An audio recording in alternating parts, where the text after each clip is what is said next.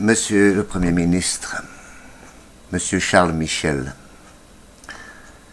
je ne vous aime pas, n'y voyez rien de personnel. Peut-être si je vous avais rencontré un soir de printemps sur un banc public, dans un parc arboré, vous aurais-je trouvé de bonne compagnie. Je ne vous aime pas non plus que vos prédécesseurs, parce que vous avez endossé le costume de chef de gouvernement alors que vous ne connaissez rien à la démocratie. Dans une démocratie, l'origine du mot l'indique, c'est le peuple qui a le pouvoir et c'est le gouvernement qui obéit. Obéir, vous savez le faire. Vous faites même de très belles courbettes et pourquoi pas des génuflexions. Mais devant l'oligarchie financière qui s'avance sur nos terres comme en pays conquis. Elle vous dit, il faut réduire vos dépenses. Vos concitoyens ont vécu au-dessus de leurs moyens. Alors, vous décidez d'un saut d'index parce que vous savez que l'euro dévaluant, les prix vont monter. Et comme l'État est le plus gros employeur du pays, il devrait dépenser plus en salaire. Vous décidez de retarder l'âge légal de la retraite pour payer moins de pension, quitte à aggraver le chômage des jeunes. Vous faites la chasse aux chômeurs au lieu de combattre le chômage. Vous excitez tous vos services fiscaux pour qu'ils remontent jusqu'à 20 ans dans la vie des plus démunis de vos concitoyens à la recherche de taxes, impôts ou amendes pour lesquels des huissiers auraient délivré jadis un procès verbal de carence. Et ceci alors que vous faites de beaux cadeaux fiscaux aux riches étrangers qui viennent habiter chez nous.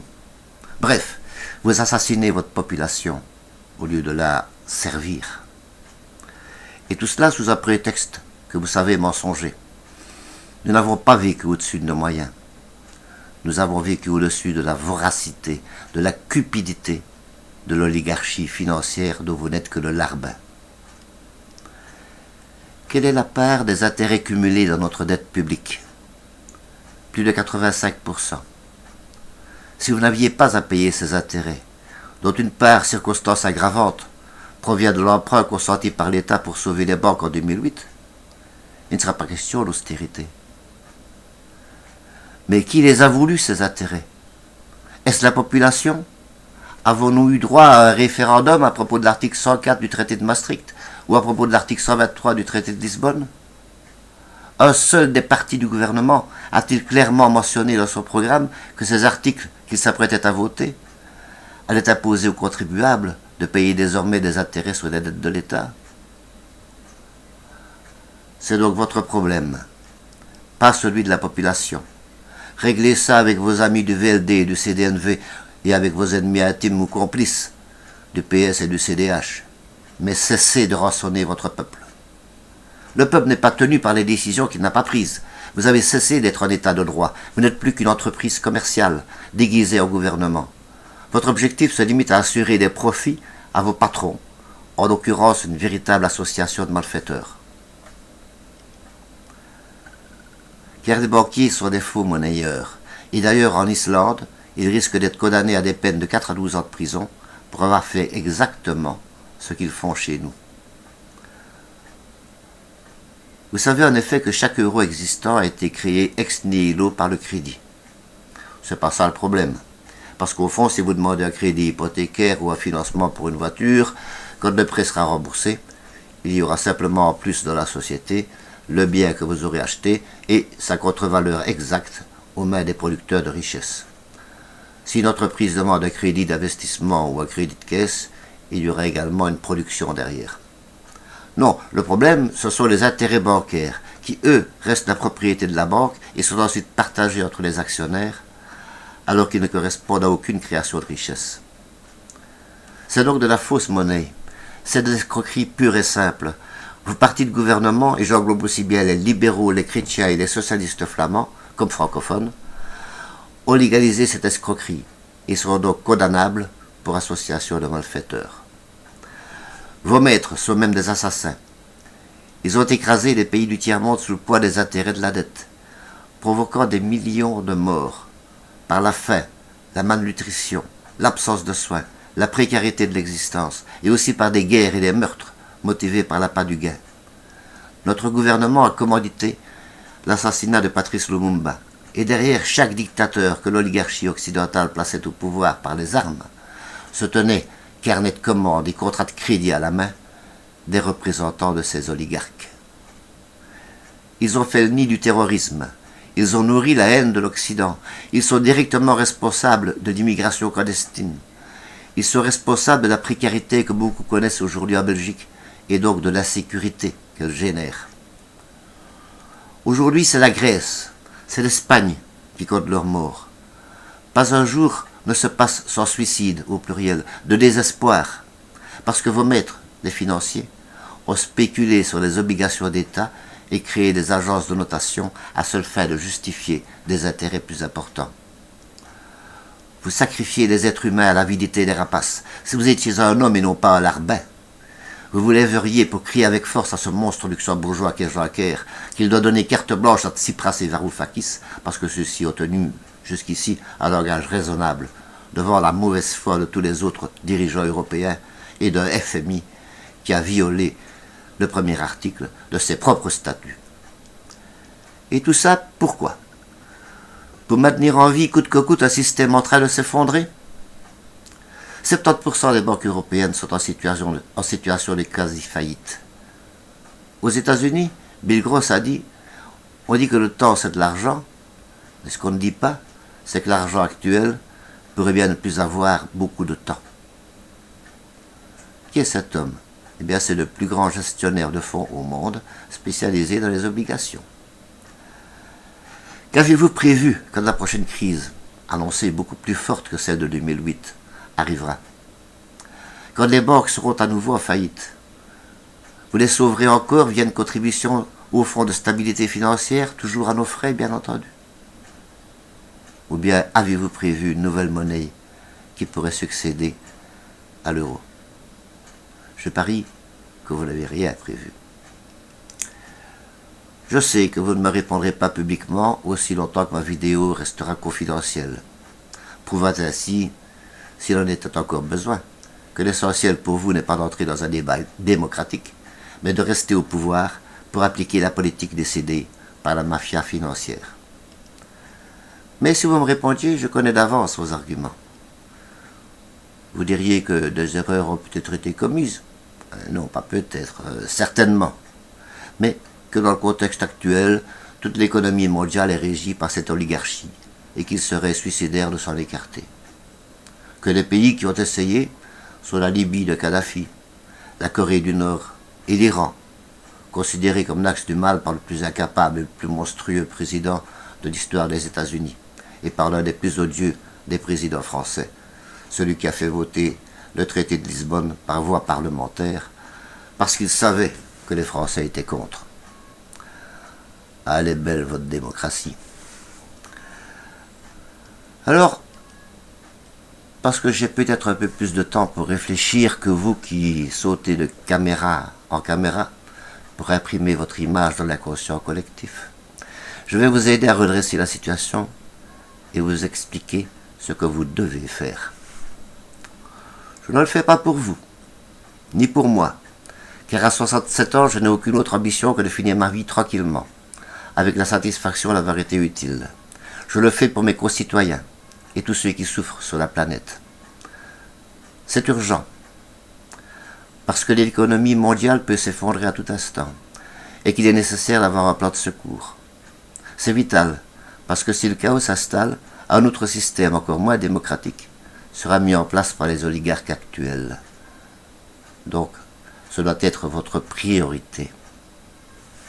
Il est essentiel de rendre la création monétaire aux citoyens et aux gouvernements qui les représentent.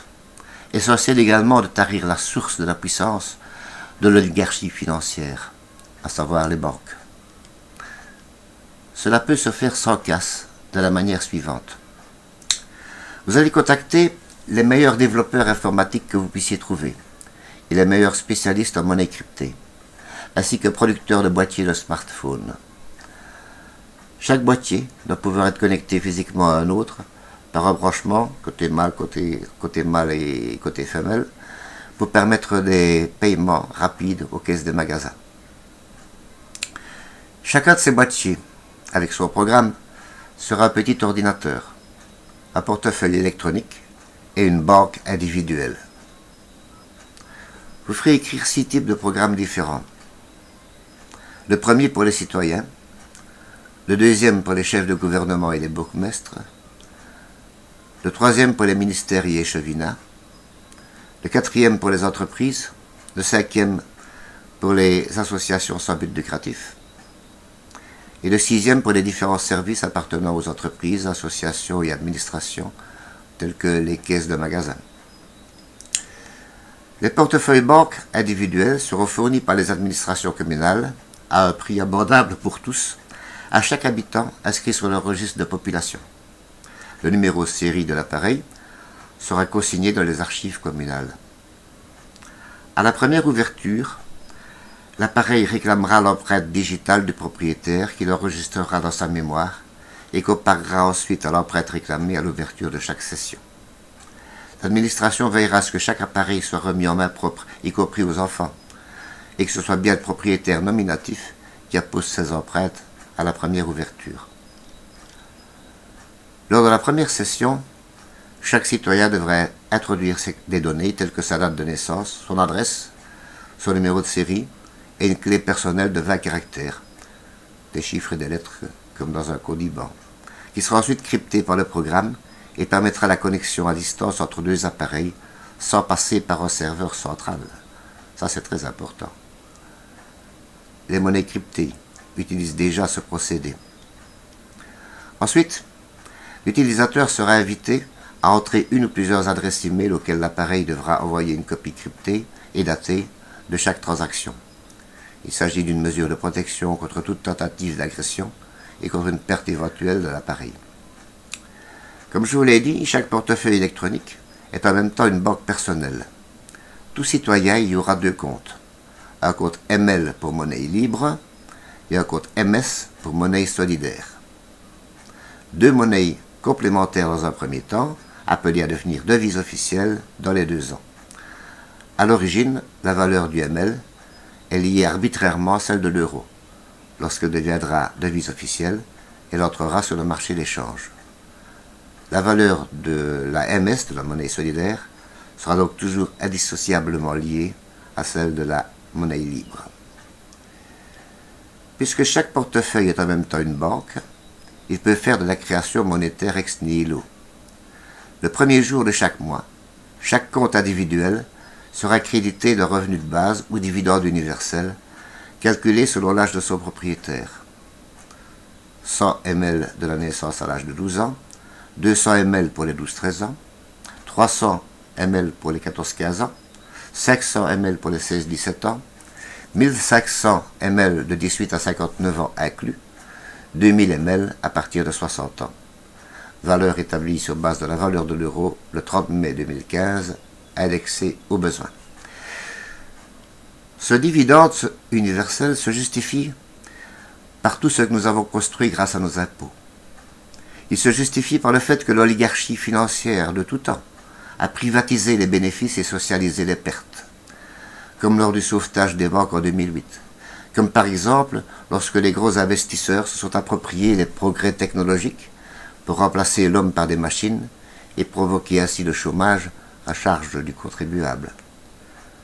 Les technologies sont le fruit de l'enseignement que nous, citoyens, avons financé par nos impôts. C'est donc à nous qu'elles appartiennent, et le fait qu'elles provoquent des pertes d'emploi doit ouvrir le droit à vivre décemment sans emploi. Mais réjouissez-vous.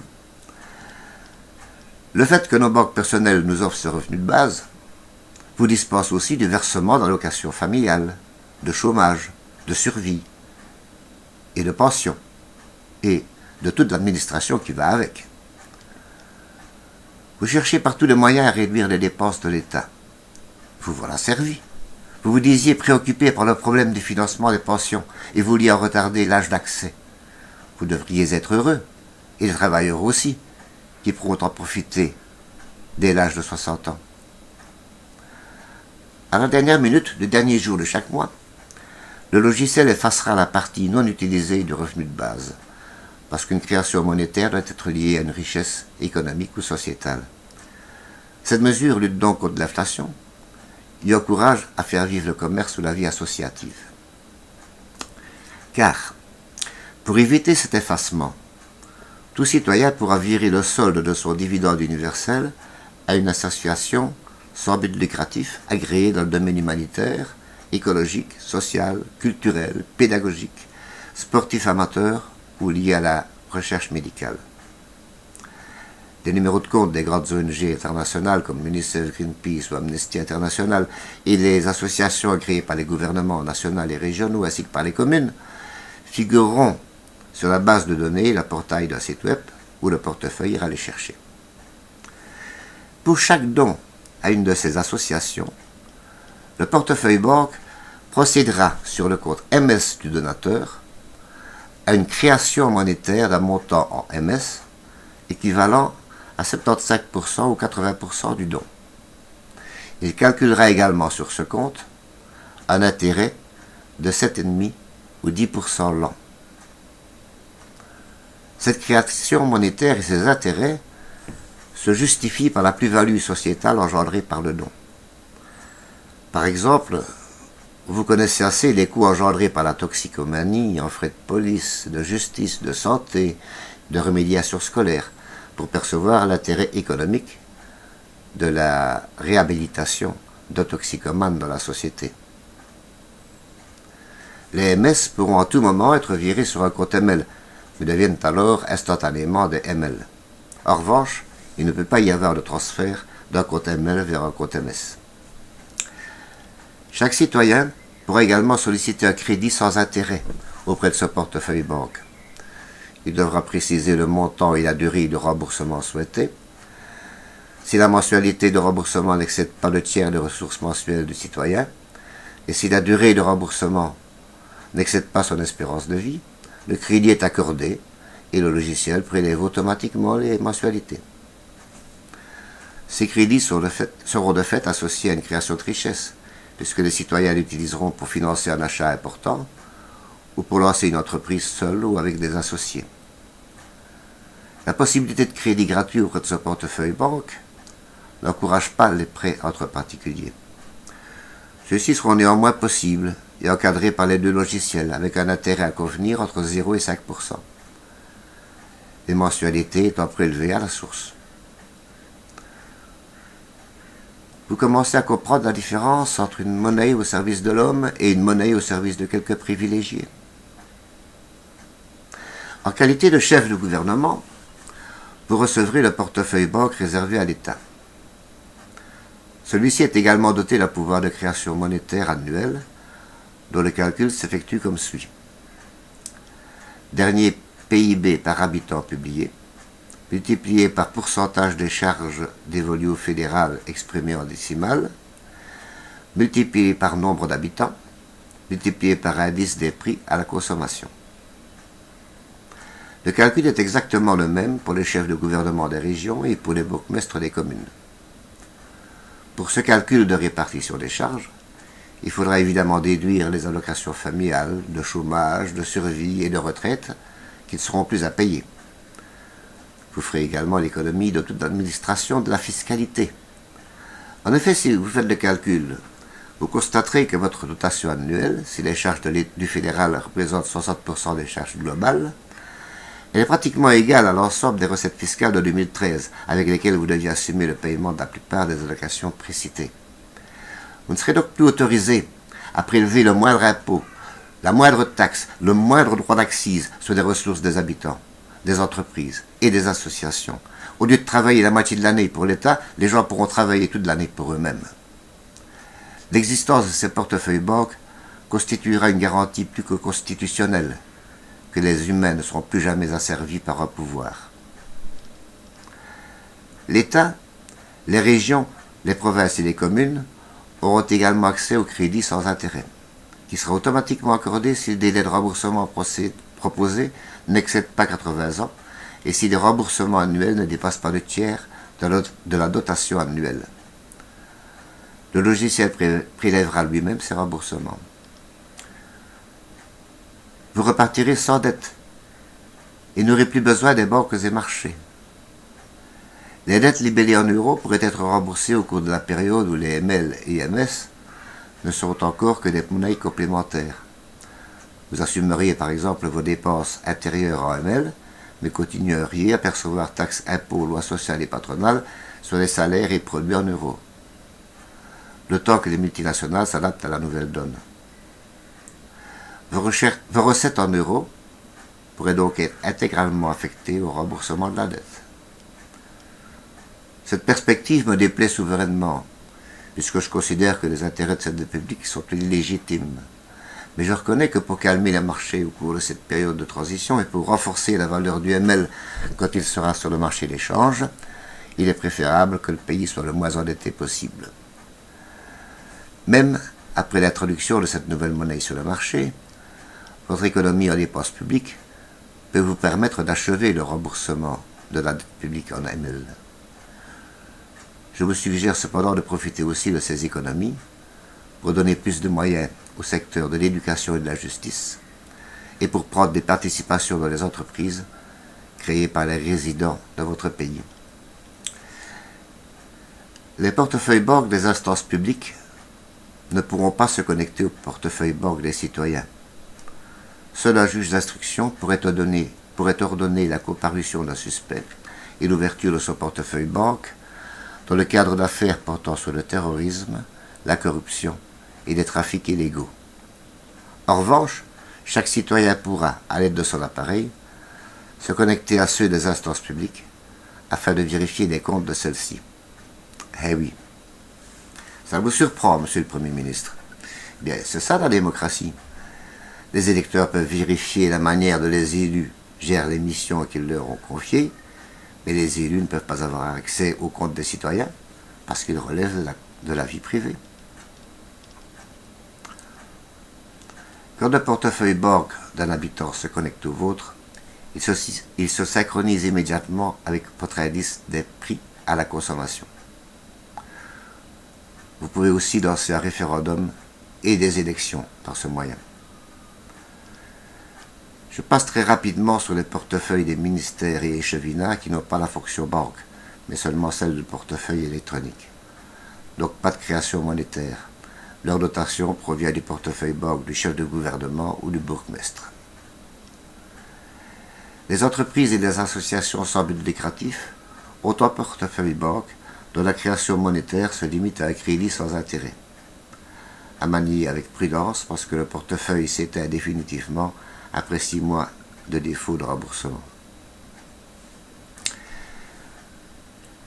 Je vous engage, monsieur le Premier ministre, à prendre contact avec vos homologues européens, plus particulièrement la France, la Grèce, l'Espagne, le Portugal et l'Italie, parce que le système que je viens de vous proposer est encore plus nécessaire pour ces pays que pour le nôtre. Je sais déjà ce que vous allez me dire. L'euro est une monnaie unique. Les traités européens interdisent au pouvoir public de mettre en place une monnaie complémentaire. Et là, c'est à nouveau le larbin de la haute finance qui parle. C'est la loi de l'occupant que vous évoquez. Je vous rappelle que vos engagements ne nous concernent pas, parce que vous nous avez refusé de référendum en 1992 pour le traité de Maastricht, en 2005 lors du vote de la Constitution européenne des traîtres Giscard et de Hahn, et en 2007 lors du traité de Lisbonne. Vous, les partis du gouvernement, nous avez plongé dans le marasme, à vous de nous en sortir. Et il en est plus que temps, car le système s'effondre de toutes parts. Les jours et les mois qui vont venir seront le théâtre d'importants bouleversements. La Grèce pourrait sortir de l'euro et faire défaut sur la dette dont elle a réclamé l'audit. L'Espagne pourrait suivre en octobre. La Grande-Bretagne pourrait quitter l'Union européenne en 2017. Les banques sont aussi obsolètes aujourd'hui que les machines à écrire depuis l'avènement des ordinateurs. Et elles ont causé bien trop de dommages. Vous deviez les réformer depuis 2008. Rien n'a encore été fait. Il faut désormais une rédaction radicale et définitive. Vous qui parlez si souvent de relance économique, d'alléger les impôts sur les entreprises pour les rendre plus concurrentielles, plus compétitives, avez-vous mesuré l'extraordinaire opportunité que je vous offre? Fini les taxes et les impôts, fini les cotisations à l'ONSS.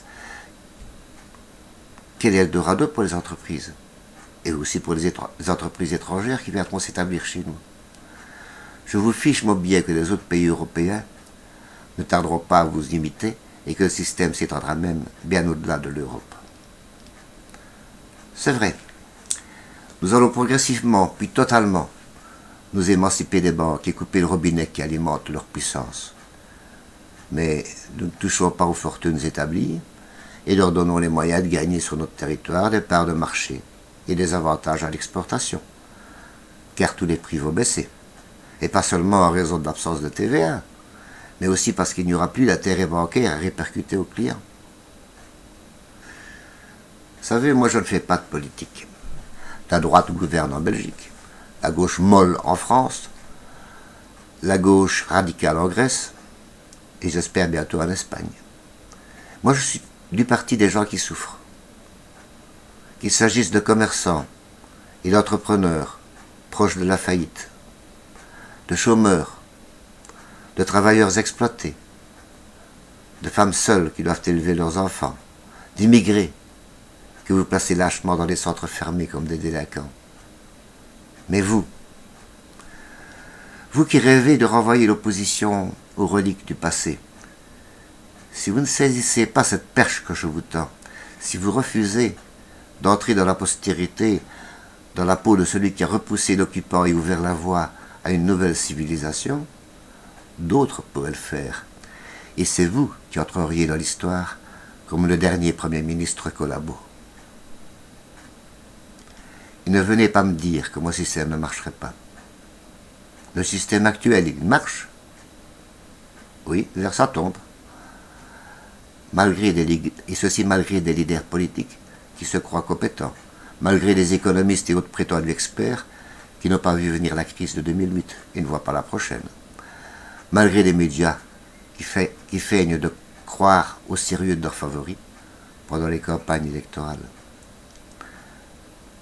Permettez-moi de penser que si tous ces pitres me disent que je me trompe, c'est très certainement parce que j'ai raison. À bientôt, Monsieur Charles Michel, Monsieur le Premier ministre. Chers concitoyens, vous qui à juste titre n'avez plus confiance dans le monde politique, un autre monde est possible. Vous voulez le revenu de base mensuel mentionné dans cette vidéo? Vous voulez pouvoir obtenir du crédit sans frais ni intérêt? Vous voulez que l'État ne puisse plus jamais vous obliger à payer les taxes, les impôts, les cotisations sociales ou patronales?